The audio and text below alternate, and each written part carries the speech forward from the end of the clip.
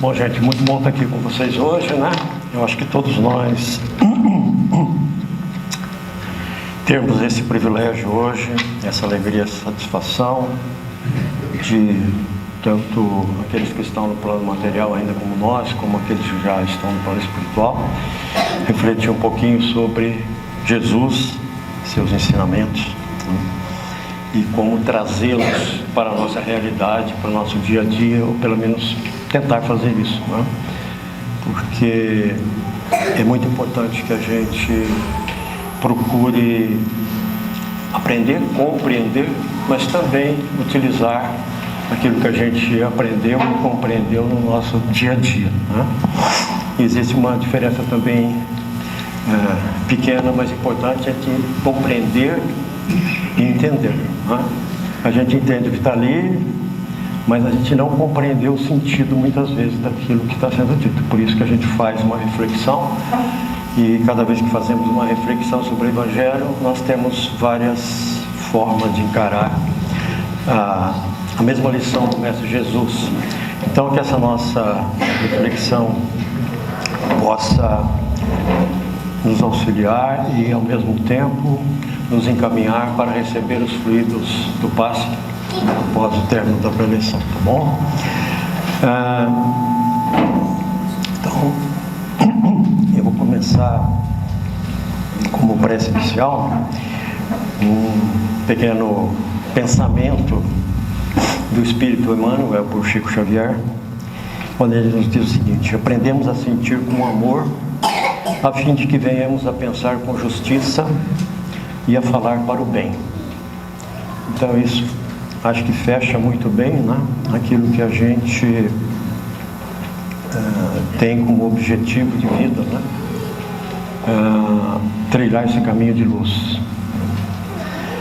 Então hoje nós vamos falar um pouquinho sobre não ponhais a candeia debaixo do alqueire, porque Jesus fala por parábolas. Na realidade, o tema é subdividido, mas na realidade ele acaba fazendo parte um do outro. Não dá para separar exatamente isso, né? Porque falar por parábolas para Jesus foi a forma encontrada para tirar a candeia debaixo do alqueire, tá? E a forma que Jesus encontrou. Outros filósofos da antiguidade já tinham utilizado essa forma de falar por parábolas, mas Jesus realmente, como mestre em tudo, foi o que mais se ressaltou nesse contexto, tá, de falar por parábolas. Ele conseguiu traduzir de maneira absolutamente brilhante, né? Primeiro, né, a gente vai falar aqui, acho que quase todo mundo sabe, mas é a primeira vez que eu ouvi, eu não sabia, então eu sempre imagino que tem alguém que não saiba também exatamente o que é alqueire, o que é candeia, né? E a palavra alqueire, ela vem de uma evolução. Hoje a gente identifica muito mais como medida de terra, né? Então eu tenho um sítio de 2 alqueires, eu tenho uma fazenda de 50 alqueires, etc. Então é uma medida de 24.240 metros, é só para a gente ter essa noção. Mas alqueire na antiguidade é um pouquinho diferente. O alqueire era um local, era um aparato onde se guardavam as coisas. Se guardavam principalmente cereais e outros itens de alimentação. E aí tem toda uma história, né? Como é que era calculado isso? Era calculado o máximo que, por exemplo, um asno, um burro poderia carregar, como sendo um alqueire, e tal. Tem uma série de preceitos, mas Jesus tinha que usar tudo isso para se fazer entender, porque era assim que a sociedade vivia à época, né? E a candeia não é nada mais nada menos do que o precursor do nosso lampião de hoje, né? De hoje não, né? Da minha época de juventude, de infância, né? Onde na roça a gente não tinha energia elétrica, então à noite você acendia aquele lampiãozinho, né? E isso não mudou muito, a época de Jesus também, né? Você utilizava para iluminar os ambientes, né, esse tipo de lampião, que é a candeia. Então a figura que Jesus usa é para melhor se fazer entender, né? Bom, aí nós podemos dizer o seguinte: por que Jesus falava por parábolas? Já dissemos que para se fazer entender melhor, mas porque com alegorias, com uma história, com uma historieta por trás, as pessoas tinham e ainda têm mais facilidade de entendimento daquilo que está sendo dito. Você passar um conceito teórico, mesmo nas universidades, certo? É mais áspero, mais difícil, né, de ser absorvido se não houver uma exemplificação. Não, porque isso funciona assim. Então você tem um conceito qualquer matemático, de inteligência artificial, você relaciona com o funcionamento do smartphone, com o voo de uma aeronave, coisa do tipo, aí fica mais fácil você atender. Então Jesus, na época dele, não tinha essas coisas, né? Mas ele usava aquilo que ele tinha disponível, ou que a sociedade utilizava nessa época, né?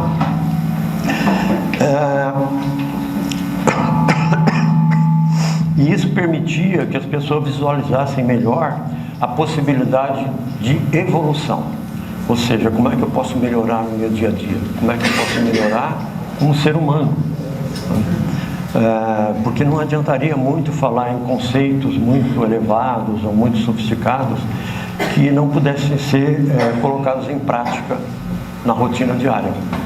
Ainda mais um povo que era basicamente analfabeto, né, e tinha dificuldades maiores de compreensão. Então essa é a razão, a principal razão pela qual Jesus falava por parábolas, né? E aí vem também a ideia de que nós precisamos sempre atuar na direção de formar caráter, formar o nosso caráter e formar o caráter dos nossos filhos. E muitas vezes Jesus trouxe essa ideia da educação. E muitas vezes nós, no nosso mundo de hoje, e sempre fizemos isso infelizmente, nós confundimos educação com conhecimento puro e simples. E isso é um erro crasso, né? Porque educação é uma coisa muito mais abrangente. Então Jesus nos trouxe a educação como um todo, formação do nosso caráter como seres humanos. Porque se nós temos o conhecimento, nós utilizamos esse conhecimento de maneira indevida para o mal, nós vamos gerar grandes problemas para todos, né? Tem até um pensamento do Chico aqui que nos leva a isso. A formação do caráter predomina sobre os ensinos usuais, ou seja, está acima dos ensinos usuais. É melhor você saber um pouco menos de conhecimento e saber utilizar bem esse conhecimento com dignidade, com humanidade, do que você ter um conhecimento extremamente abrangente e não utilizar, né? Ou utilizar de uma maneira errônea, né? Então o Chico nos traz isso, que a formação do caráter predomina sobre os ensinos usuais, porque caso contrário, esses ensinos poderão se traduzir em ações destrutivas. Ou seja, nós podemos aprender para o mal também, não é assim? E nós temos aí sempre um exemplo muito claro, que está muito em voga no momento, né? Que é a energia nuclear. Então a energia nuclear tem várias utilidades, vamos dizer assim, vários usos, né?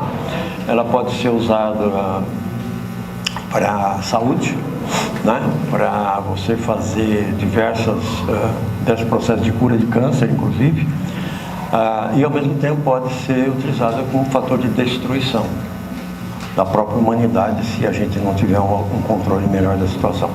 Então, você tem o conhecimento, né? E como é que você vai usar? Essa é a grande questão que Jesus nos traz.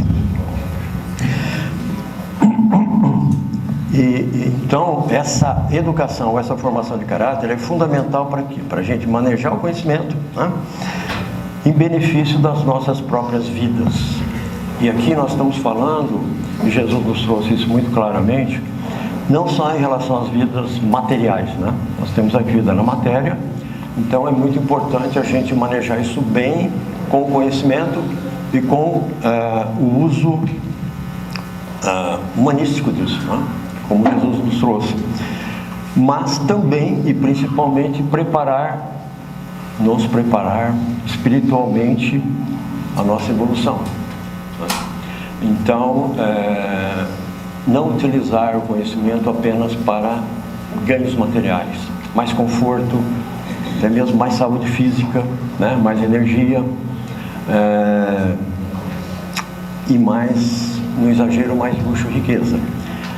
O objetivo maior é usar tudo isso para a nossa melhoria íntima, para a nossa paz interior, caminhar em relação à nossa paz interior. E é essa a principal mensagem do Mestre para todos nós. E até hoje nós ainda ficamos em dúvida sobre como interpretar isso. Então, tudo que Jesus nos trouxe leva a isso, que a nossa paz interior é a nossa melhoria como seres humanos.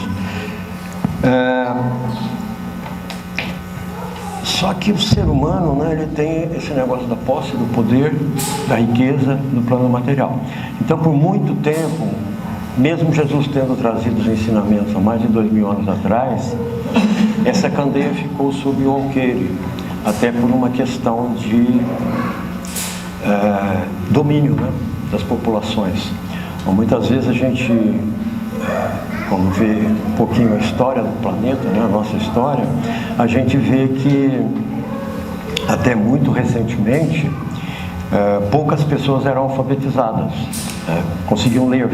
Então, na Idade Média, basicamente a leitura ficava restrita aos mosteiros, aos conventos, à prática religiosa. A maior parte dos reis não sabia ler.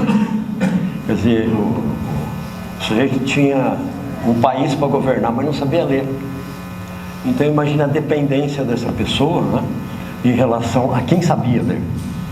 Aí está o segredo da posse, né, do poder. Eu sei ler, então eu vou influenciar, porque eu vou transmitir da forma como eu acho que deve ser. Eu vou, né, direcionar o pensamento e a ação das pessoas, inclusive dos reis. Interessante isso, né?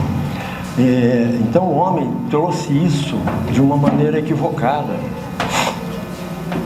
Apesar da igreja ter claramente a mensagem de Jesus aqui no Evangelho, muito tempo ela escondeu as informações e a própria possibilidade de acesso a elas através da leitura, né? Que era uma maneira de preservar o seu poder. Até hoje, no mundo dos negócios, as pessoas dizem que só tem uma coisa que vale mais do que dinheiro. O que é? Informação, conhecimento. Porque se eu estou fazendo qualquer negócio e eu sei que, sei lá, a bolsa vai cair, vai ter uma guerra, vai ter alguma coisa que vai afetar a cotação do petróleo e tal, eu me antecipo e ganho muito dinheiro com isso, né? Então é assim, o ser humano às vezes usa as coisas de uma maneira muito maliciosa, né, para levar vantagem, né?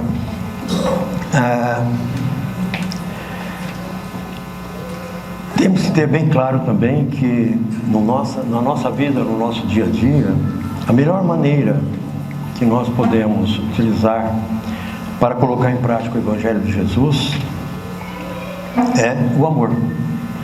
Então, se nós praticarmos o amor, não aquele amor possessivo, aquele amor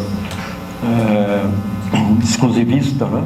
Aquele amor que pouco durável, vamos dizer assim, dura enquanto durar a riqueza, dura enquanto durar a beleza, dura enquanto durar a juventude, né? Esse é o amor perecível, é o amor que a gente deve tratar com muito cuidado, porque ele é muito, muito perecível e ele nada acrescenta no nosso íntimo. Nós não melhoramos como seres humanos praticando esse amor.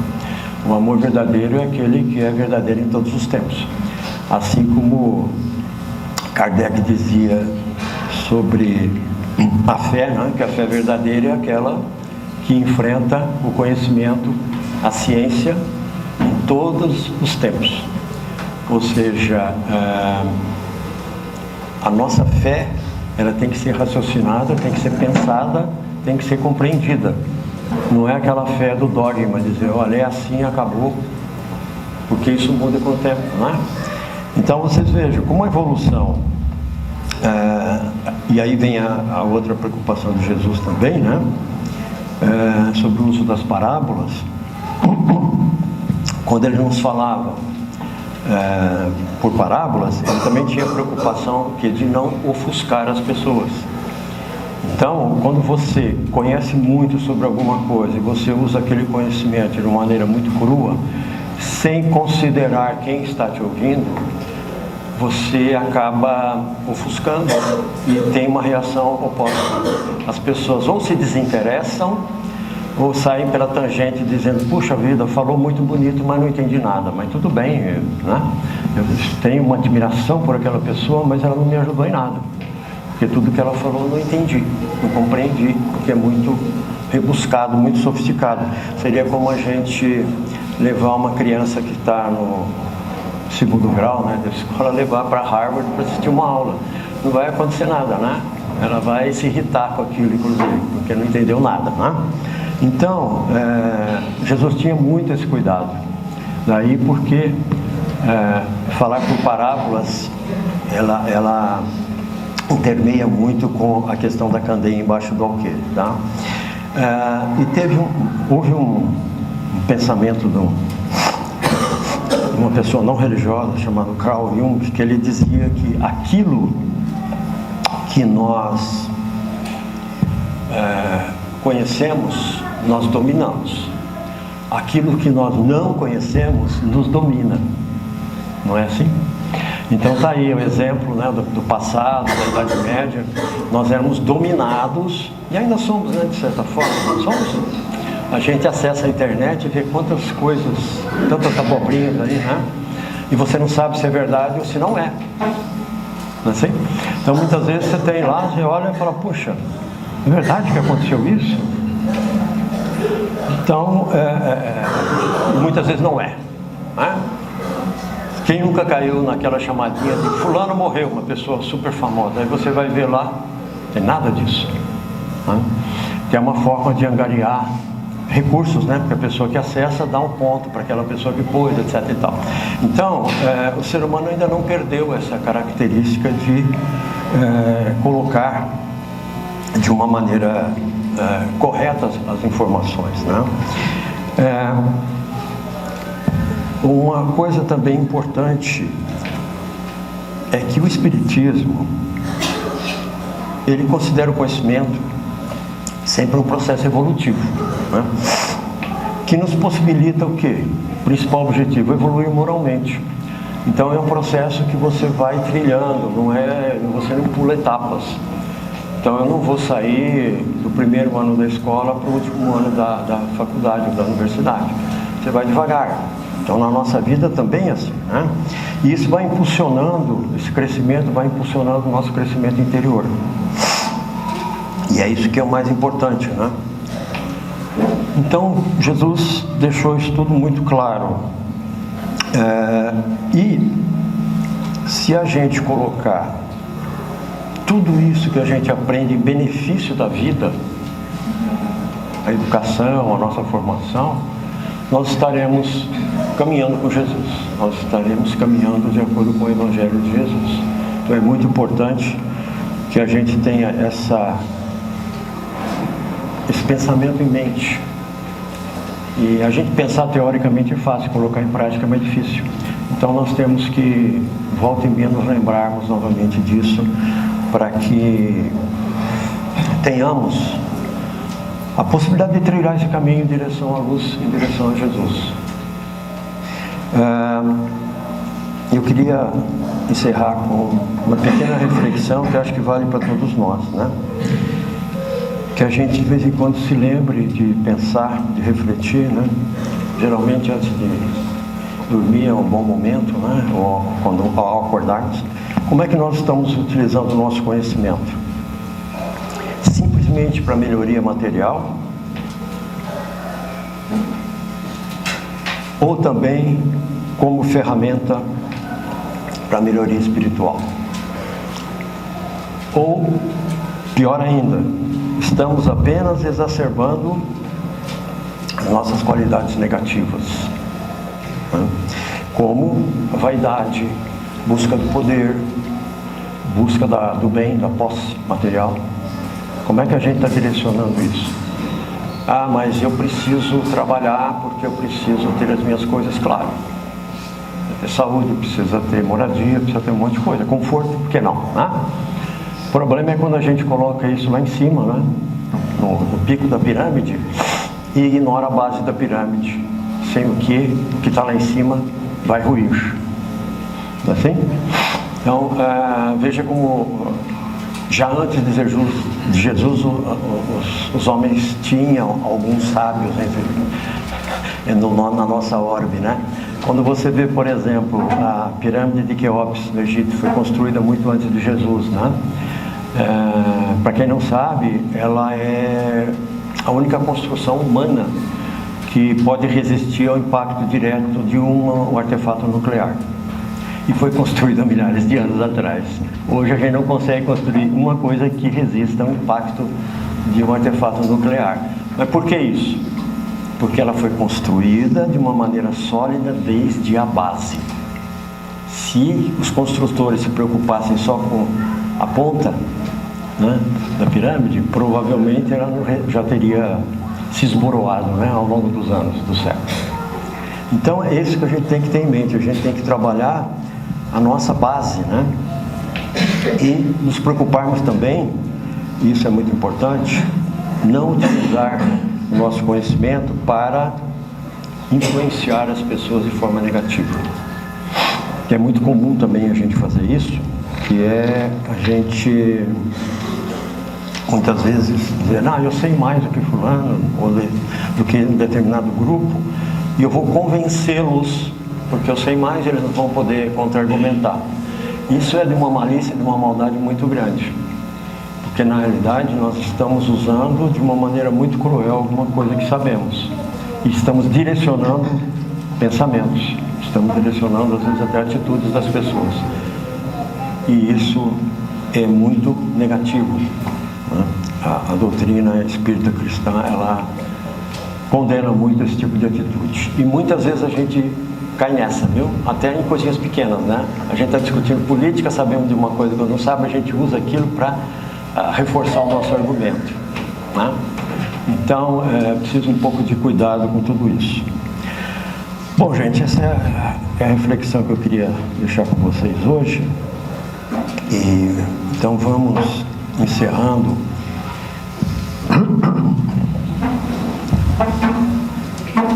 Que o plano espiritual superior possa nos auxiliar e auxiliar o nosso planetinha azul nesse momento de muita turbulência e dificuldade, trazendo a luz utilizada por Jesus para acender a candeia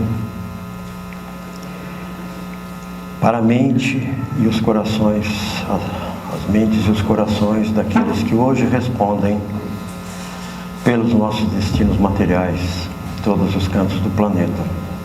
Que eles sejam inspirados, que eles tenham a paz, a harmonia em seus corações, um pouco de paz interior, para que conduzam corretamente as ações num momento tão crítico e tão difícil. Que assim seja.